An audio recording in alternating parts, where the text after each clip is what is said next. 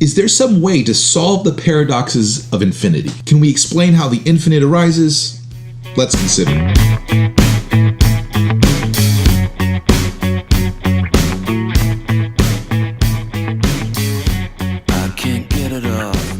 Hello philosophers, I'm Chico. Welcome to the Philosopher Show, where we consider the greatest questions of human history. Let's consider two of the paradoxes of infinity. The first one will illustrate infinity by division. It seems like any length we can cut an infinite number of times. These parts either have some length or they don't. If they have any length, they add up to an infinite length. If they have no length, then they don't add up to anything. So every length is either infinite or zero. Paradox. Here's the second one, and it illustrates the problems with infinity by addition. There are an infinite number of evens and natural numbers. So they are the same amount. And yet evens are a proper subset of natural numbers. So there are less evens than there are natural numbers. So evens are both equal and not equal to natural numbers. Paradox. How do we solve these kinds of paradoxes? The ancient Greek philosopher Aristotle has a very powerful idea. There is an infinity, but it's only a potential infinity. Now, what can he mean by this? Well, one thing that's odd about infinity is that we use it to mean different things. We can mean never ending, and then we can use it to refer to a complete collection, an infinite number of things. For example, when we use this in the paradox of the evens, we say that there are an infinite number of natural numbers. But what do we mean by this? We mean that you could always add one more and get a new number, and there's no end to this process of adding one more. When we say there are an infinite number of even numbers, what do we mean? You can always add 2 and get a new even number, and there's no end to that process. Then we can look at our two collections of even numbers and natural numbers. At any point when we have two equal numbers, 4 over here on the natural number side and 4 over here on the even number side, there will be more members in the natural number set than there will be in the even number set. The natural number set will contain 1, 2, 3, 4, the even number just 2 and 4. But notice, it's always at a specific point when we consider it this way. Is infinity a specific point? Well, it couldn't be if it means no end. That would be like saying, you know that point that you get to where there's no more points?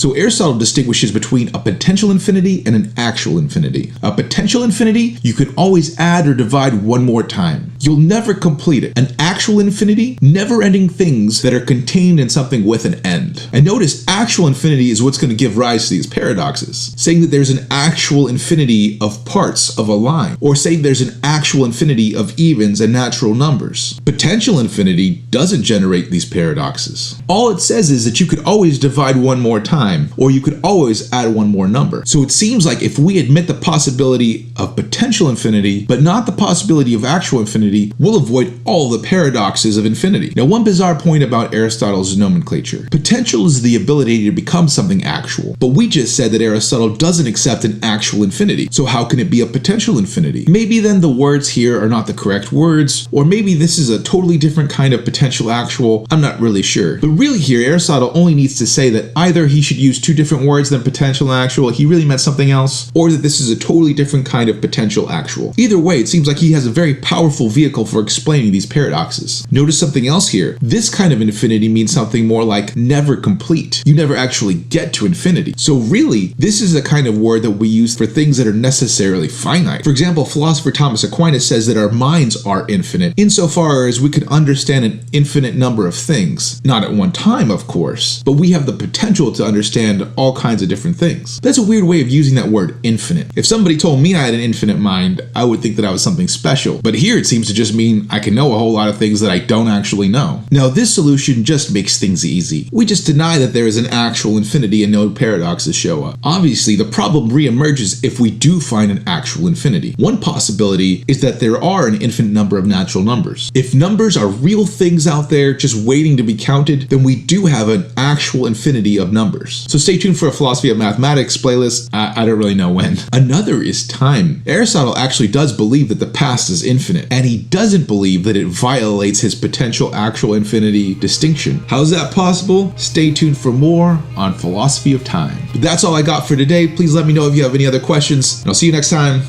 Adios.